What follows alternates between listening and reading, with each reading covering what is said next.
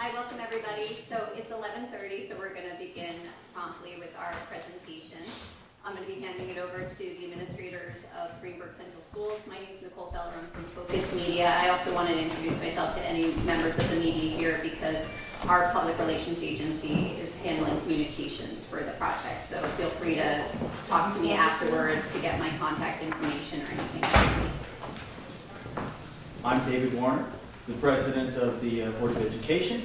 My daughter came to the school when she was 5 years old, worked her way up from school to school all the way to become a graduate in the class of 2014, and she's now a graduate at Hofstra University. We got some scholarship money along the way. We're satisfied customers. We want to keep things, going for the next generations to follow. And I want to give you a little bit of an introduction as to kind of where this thing came from, kind of a context to how we got to this. At Greenberg CSD, our mission is to become a world-class school district where our students grow into adults who can successfully engage in a rapidly changing, interconnected global community. We've been telling our students, 1, the robots are coming, learn to code. 2, the market is global, learn other languages. 3, you'll change careers 5 to 7 times in your life. Become lifelong learners. 4, politics is global. When you vote, and you will vote, think globally. 5, understand cultural diversity. If you want people worldwide to be your friends or allies, buy your goods or accept your help, learn and respect their customs. Now, how does all this relate to our facilities and this consolidation project? Let me introduce you to our superintendent of schools, Dr. Tahira Dupree-Chase. Thank you. Thank you everyone for being here. I thank the press for taking time from election results to be here and finding that it's important to be here. So we do thank you. I thank the administrators who are here for taking time out of their busy schedule from running their buildings and their various departments to be here. So again, as Mr. Warner indicated, I am the very proud superintendent of the Greenberg Central School District, and might I add, the progressive Greenberg Central School District. And it is a pleasure, again, to present to you our proposed vision for a new Greenberg Central School District. This project that we will present to you today, again, is in its vision stage. It is at a proposal stage, and it's still under board consideration. But it's a project that speaks to building a better tomorrow for our children here at the Greenberg Central School District. All of us in this school district believe that our children deserve the best because they are the very best. And what we want to share with you is our vision for our children, and a vision that will sustain itself well after all of us are no longer on this earth. So, let's begin. The project overview. The Greenberg Central School District, we are proposing, and I want to emphasize the word proposing, a $166 million capital project to go before our voters. Now, we propose a unified campus, and there are various reasons why we believe that a unified campus will have academic, social, and economic benefits to not only our school district, but to our community, our taxpayers. We believe that a proposed project of $166 million will provide 21st century spaces that is going to be designed for optimal learning opportunities for our students. Currently in our school district, and I've said this once and I'll say this again, we have world-class programs. We have world-class offerings that you may not see anywhere else. But we have these world-class programs in turn-of-century facilities. We want to make sure that our students have the appropriate facilities so they can optimize their learning opportunities. We believe that this project will also provide a long-term solution for buildings that are currently in disrepair. It's going to help maintain strong property values for our community, and it will positively continue to shape the positive reputation that we are building together in this school district. It's going to provide new and improved recreational spaces where we will invite the community to join in on those recreational spaces, and they can actually utilize those spaces for various purposes. They'll get to utilize our athletic field, our art venues, and meeting spaces for all, not only our students, not only our faculty, but for all to enjoy, which includes our community. So I want to re-emphasize again that the vision and scope of this plan was guided by a diverse group of community members. In fact, we meet with them this afternoon. Community members from all walks of life of the Greenberg community. Some are parents, some are educators in other districts, but they live in the community. We even have community members who do not have children in the district, yet they have a vested interest. So we talked about the various benefits of having a consolidated campus. One benefit would be an economic benefit, of course. And the economic benefit means that because we're going to be unified and we're going to scale down 5 buildings into 3, it's going to automatically decrease operating costs. So there's a long-term savings involved. It's going to upgrade energy efficiency. The less energy we use, the more money we save. We're talking about buildings that will preserve heat. We're talking about buildings that will use less energy, which means that that will decrease our overall costs in the long run. We're going to extend the life expectancies of our new properties, and we're going to reduce the cost in upkeep because we will have modernized buildings, which means we don't have to continue to put Band-Aid solutions on buildings because they will be modernized, which is what we're currently doing. The academic benefits to consolidating our district. Well, we understand and we know, and research tells us that academic performance improves when students have less transitions. Currently in our school districts, our children go from ECP to our kindergarten first grade building. Then they transition one more time from the kindergarten first grade building to Highview Elementary School, which is a grades 2 through 3 building. They transition one more time to Bailey Elementary School, which houses grades 4 through 6. Then they transition once again to the middle school. And from the middle school, they transition on downstairs at the high school. There's too many transitions in a child's life. And there's plenty of research that shows that those transitions do have a negative impact on academic outcomes.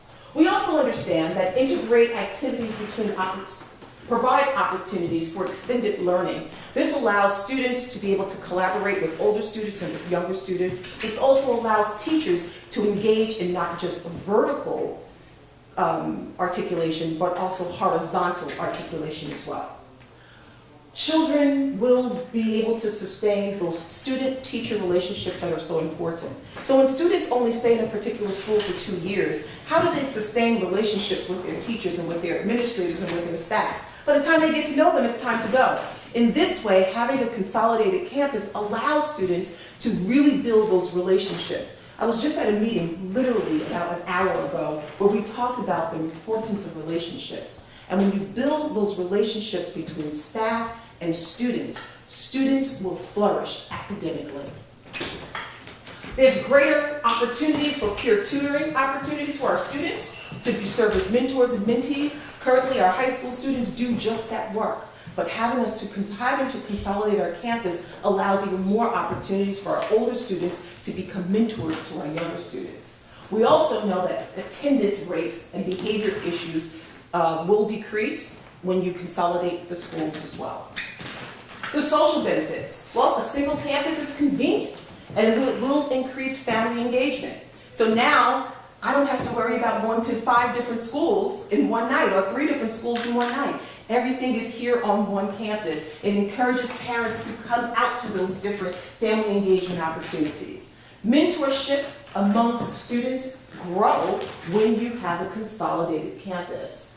And also, too, event participation climbs. If you have a consolidated campus, we're going to be building a world-class auditorium. You know, and I know, that you're going to have all sorts of organizations coming into our school district wanting to rent out our venues to use these spaces for their events. And we also know that we actually perform world-class performances through our performing arts program, and so you'll begin to see more of that. Children enjoy knowing their siblings and relatives that are nearby, and there's more involvement in extracurricular and school activities.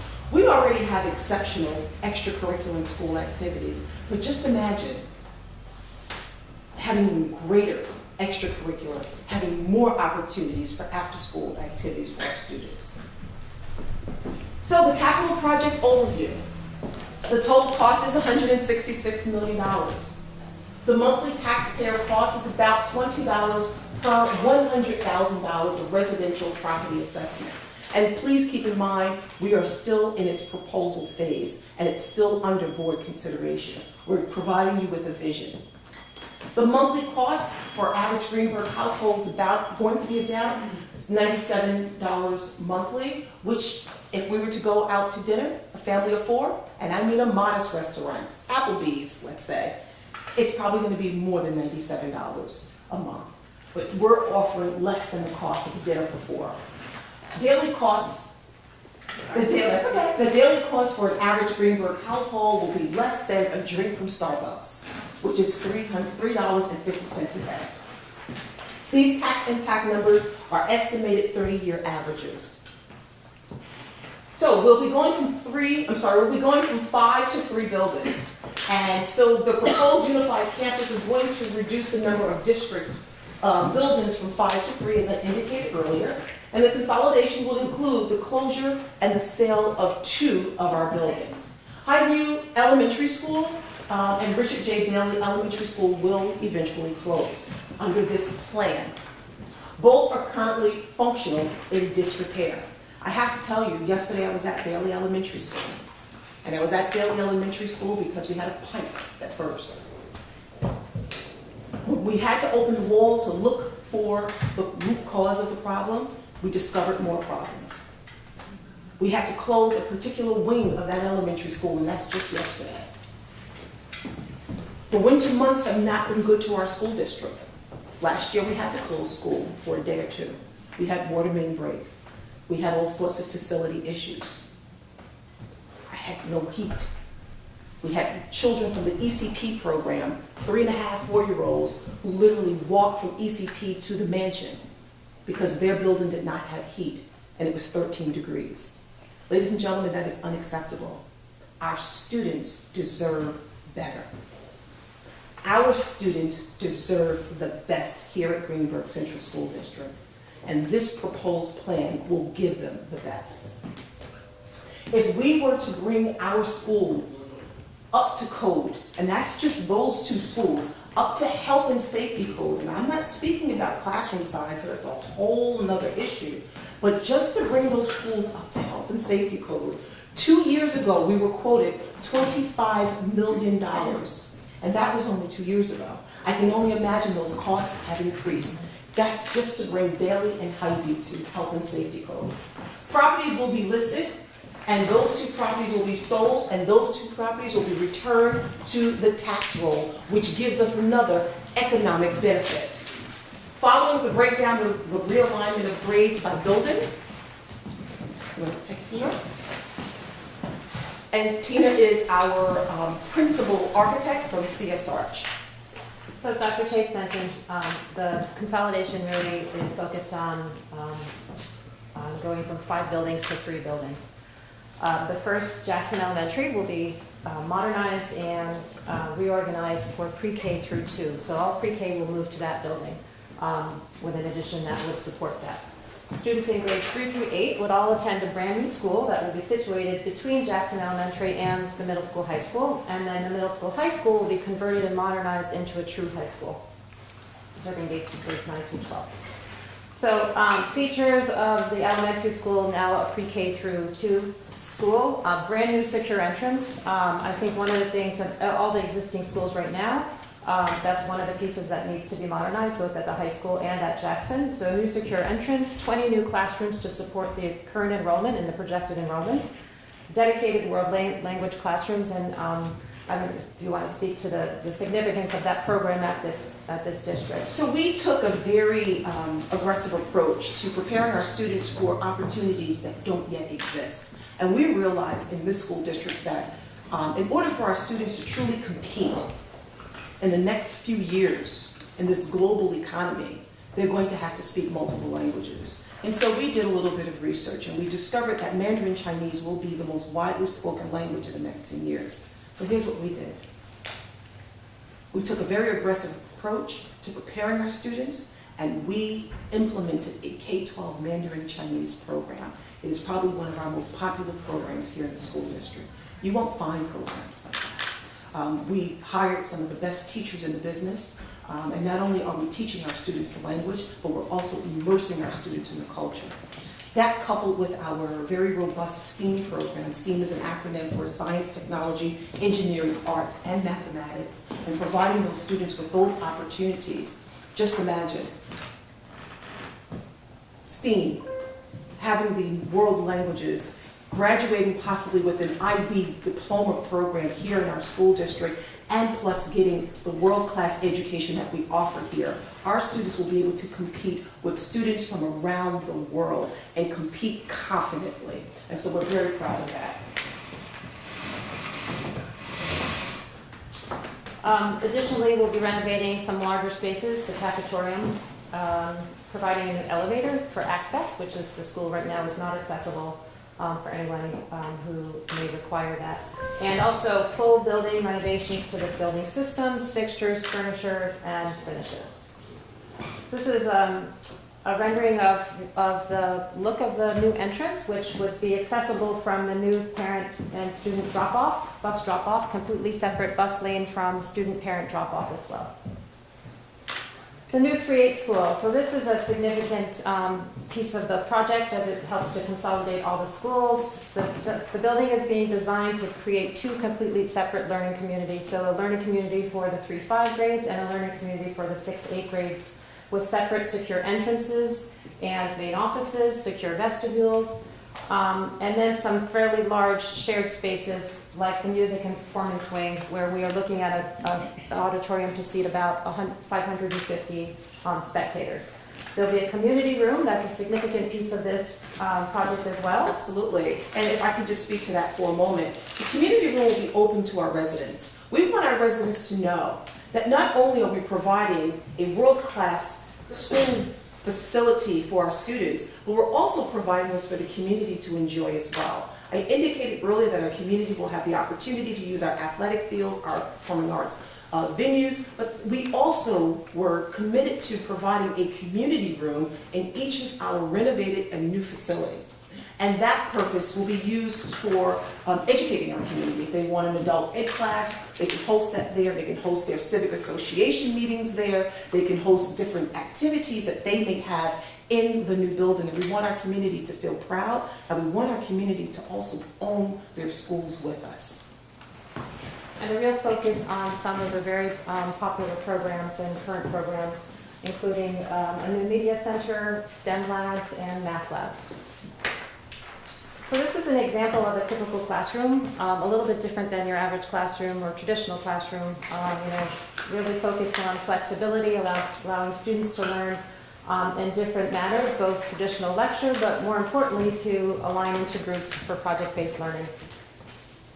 World Language Lab, similar, flexible furniture, a focus on different instruction walls, and broken out into groups to allow different types of learning and teaching to happen simultaneously.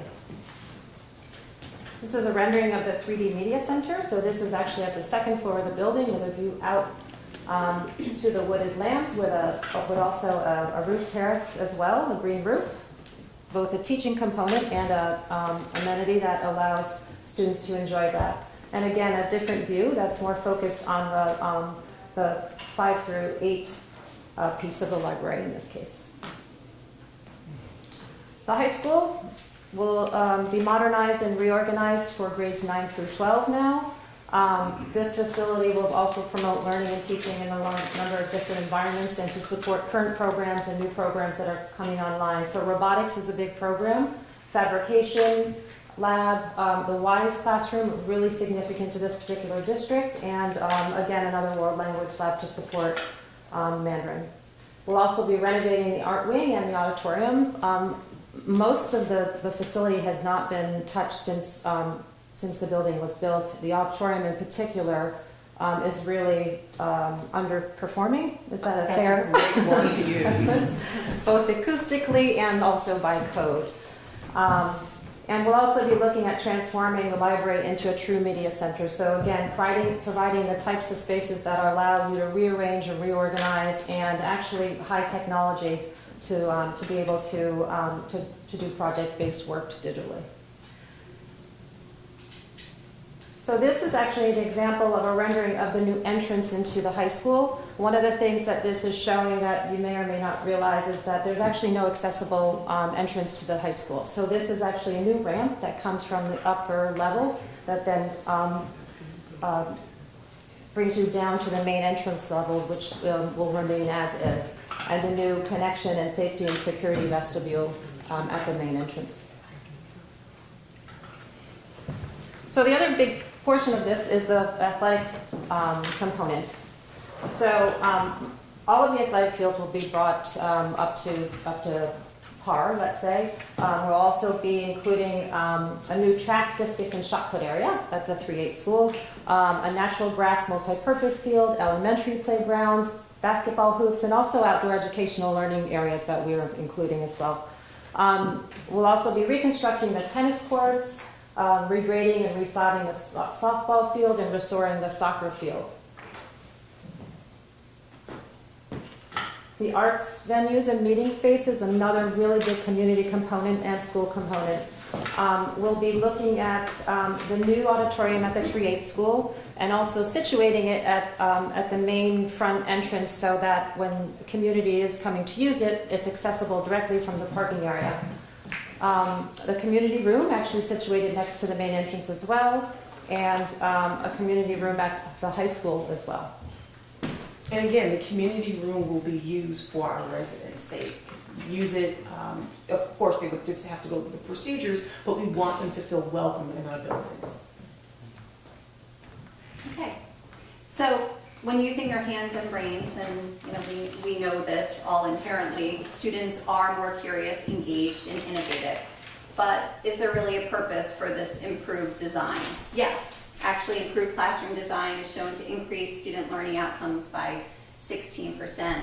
And I'm sharing a little anecdote that I was doing college visits with my sons, and it really reinforced a lot of the things we're talking about with this design, because I was learning it as I was going a little bit from the architects of really what's the latest and greatest. And that's what they were talking about when I was visiting the industrial design programs with my son, is these mobile spaces that kids can really collaborate and work together. So principles of 21st century learning spaces, they're adaptable. So whatever you're trying to do or teach, you can make your space what you need it to be, flexible and mobile. So long gone are the days of rows of desks and one person can stand in the front and you really can't teach any other way. Ergonomically sound, tech savvy, of course. So that's something that I think was really important to this district that's included in this plan. Ample natural daylight, which has also been shown really to have an impact in kids' ability to learn. Sound insulation, we remember back, I think it was in the 70s, where it was really open and loud. Well, we're paying attention to what the latest educational bests are. Information accessibility, student interaction at the core of all of this. Students working together, learning from each other, communicating, collaborating. Programs I went to over the weekend, that was what they were bragging about the most. Our students learn from each other, and this is at the college level. So, we're thinking that higher level stuff. 21st century design will support designated spaces for strong programs, and these were already mentioned. So keeping in mind what Greenberg has, and making sure that these spaces keep that in mind and provide the appropriate spaces for them, the STEAM, world language, IB, and WISE. So this is another time I'm going to pass it off to the experts. This is a look at how the traffic around this campus is going to run. So Tina, do you want to? So as part of the state education department process, we are obliged to go through the SECR process, and that includes looking at traffic and the impacts of traffic on the site. So we're actually still working through the process, but there were two significant areas that we studied along with the site as a whole, particularly for traffic. So the corner of Juniper, that area, and also then West Hartsdale and Pat Capone and Keats Avenue. So this has been a topic that we've been talking about, and we just wanted to provide an update to the study. So the draft EIS revealed a number of existing concerns with traffic, including delays at Pat Capone, poor site distances at the Jupiter Hill area, and that the consolidation could cause increased delays and would warrant mitigation. but there are no other intersection capacity problems that will require any other mitigation. The final EIS studies developed mitigation. We did consult with the New York State Department of Transportation, and those have been ongoing discussions. And as a result of that, we conducted a traffic signal analysis at Pat Capone Road, which the result was that it is warranted at that intersection. We also evaluated some other resolutions for delays at Keats Avenue and West Hartsdale and some safety concerns at Russell Street.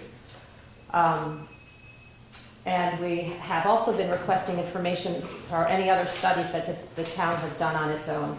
And we are actually in discussions with the town where there's been 1 or 2 meetings and another actually for the end of this week. Yes. So mitigation measures and next steps. So we are proposing the installation of a signal at Pat Capone and Road by the district, and the Department of Transportation would have to review and approve that. We're participating again with the town through the discussions, and the town is looking at improving some of the concerns at Juniper Hill, including perhaps sidewalk improvements.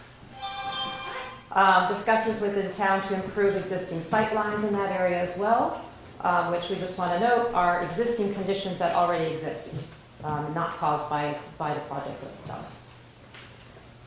And then looking at the considerations at Route 100A, so looking at a traffic signal to allow safer and more efficient vehicular movement, a don't block the box sign, striping at Keats Avenue and West Hartsdale, and then also looking at long-term recommendations and looking to open some discussions with Solomon Schechter School for an easement to connect to Pat Capone Road.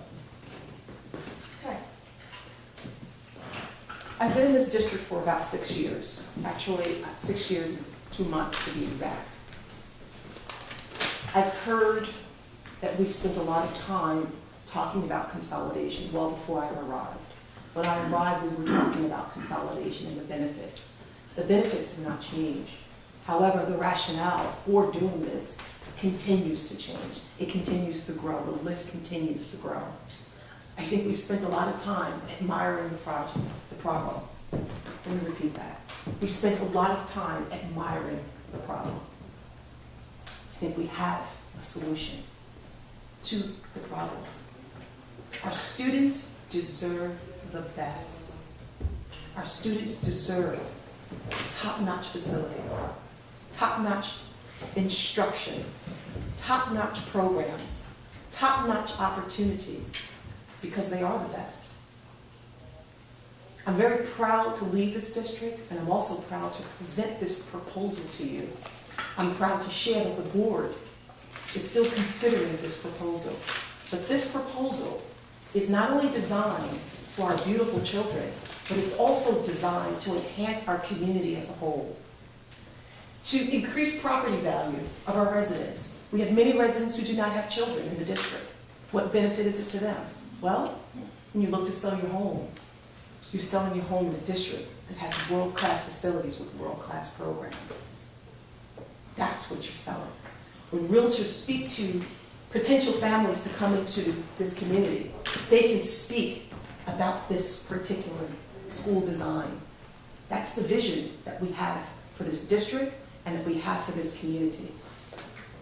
There's tremendous value in getting this done right now. And we've been talking about this for so many years. Now is the time. Number one, our schools are in disrepair. I shared with you an experience from yesterday. We didn't make that experience up, it just happened. And we anticipate, because of the age of our buildings, that there will be more problems to come. In fact, several weeks ago, our director of facilities gave a compelling presentation about the status of our facilities and the life expectancy of our facilities. You know, if you have a home and your home is in disrepair, you would not want your precious children to reside in that home. You do something about it. Well, these are our precious children. And it is time that we do something about it and we stop talking about it. It would cost upwards of $70 million just to make the repairs district-wide. And I want to go back. We're talking about just health and safety repairs. We're not talking about 21st century compliance. We're not talking about creating learning spaces and these art venues and athletic fields. We're talking about just health and safety, nothing what we described in this. Up to $70 million, and that number, I'm pretty sure, has changed. Consolidation, as I indicated, does have economic, academic, as well as social benefits. So now is the time. It will provide new and improved recreation and art spaces for everyone, from our youngest learners to our most mature residents, everyone. So now is the time. We have a unique opportunity to design educational spaces that will serve our students well into the future and prepare them for success. We're thinking about tomorrow. We're not living in yesterday, and we're not thinking about just today. We're thinking about tomorrow and opportunities that don't yet exist. So now is the time. We believe and we know, and research tells us, that better facilities make better districts, which make better communities, which means better communities increase home values. We're in this together. And the one thing that I've learned in the 6 years that I've been here is that people in this community are passionate and they love their kids. Whether they have kids in the district, whether they're activists, whether they're community leaders, leaders of municipalities, they love their kids. So our next steps. Next steps, the Board of Education will accept the final EIS. The Board of Education will pass a resolution to put a referendum before voters. And as I said, it's still under consideration. And Greenburgh residents vote on proposed capital projects. Thank you so much for your attention. If there are any questions or comments, we're ready to accept them. A couple questions. How many acres is this woodlands campus right now? 185, right? Approximately. Approximately 185 acres. Okay, and you talked a little bit about the traffic with Solomon Schechter. What about there's 2 private schools in this area. Will this project impact the surrounding schools? No, I mean, thus far, the focus has been on the 2 major intersections, and there's been no other issues that have come up beyond those 2. Would you let them share like facilities like athletic fields and things like that? Well, we already share Right. athletic teams. We sort of have done a merger already, so we already do that. And we're always open to collaborate with our neighbors. And then I just want to get to the money. I know that's the biggest concern from people who are opposed of this project. So, you know, we know you're passionate about it, and it is, I mean, it looks like a great project, but, you know, how will you explain this cost to people who, you know, don't want to spend that extra money when it comes to, you know, taxes and the monthly expenses? Sure. So this is a transformative project. And this is a project that's going to transform not only the district, but the communities, but the value of people's homes. And one of the things that we're going to continue to drive is that this is an investment in the future of not only the school district, but an investment in the future of the community itself. And that it's going to have a long-term benefits for not only our children, but also for our residents. And so we're going to keep driving that point home to our residents. Are you confident that you'll be able to, you know, prove that point to to Greenberg and to people who, you know, would vote against it? Or you think you can sway their? I am confident in the residents of Greenberg's ability to want to listen to our rationale. I'm confident in the ability of our residents' desire to want better for their community and have those open conversations. I'm also confident in our residents' ability to consider this project or this proposal as something that can be beneficial to everyone. Hello. Hello. Is there any thoughts of, big nut what you're asking for, any thoughts of phasing it in so you're not asking quite as much in each time? Or is that possible? Because it seems like there's a lot of moving parts in this. We did look at phasing, and phasing has, though it has some benefits, it actually, I think, has more negative benefits in this particular case because it just continues to increase the cost. Every year that you delay construction, escalation increases, and as do interest rates. So in that regard, it doesn't benefit the project, but also there's some swinging parts with consolidation and moving students from one building to another. So this project and this approach allows the new building to be constructed along with Jackson and moving all students over at one time.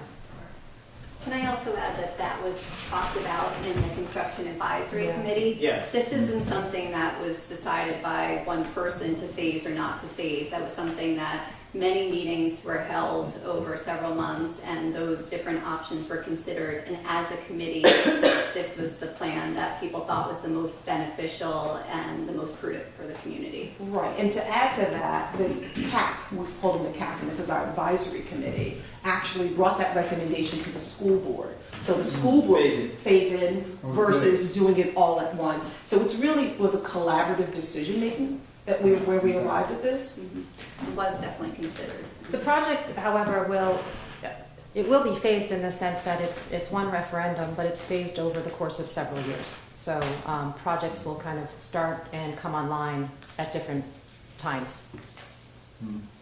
To be clear, the CAC initially recommended phasing. Then we brought it to the board. The board, for the reasons that have just been outlined, came back and said a couple of things. First, there was support from some people for one portion of the project. Some people wanted ECP to be improved. Some people wanted the high school to be improved. You had to include elements of everything to get the support on board to go ahead for the bond vote. Second, there was a major concern that we might be able to pass one piece of the project and then get stuck and not be able to complete the development, and then we'd be in some strange, awkward position in which everyone wouldn't have a place to be permanently, and we didn't want to do that either. So then the board came back and said, let's go for it. So that's where we're at. Since then, we spent several months trying to cut the overall cost of the project and bring it down as much as we possibly can, and we arrived at this $166 million. We cut over $25 million, Approximately. right, from the initial cost, and we brought it down as far as we could, and we reached a point at which we can't make it any cheaper and still do everything. So that's where we're at the moment. Do you have specific dates for the next steps, for the timeline? No, We that's do why not. they're not there.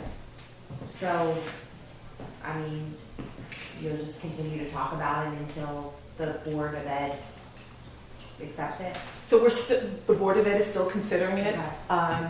We need to make some decisions quickly, because as you know, as we continue to prolong the process, it becomes more expensive. Right. So that's why we want to move forward. But we're still, the board is still considering it, and we hope to bring the community dates in the very near future. Okay, and if and when the voters approve it, how long did you say it could take, 4 years?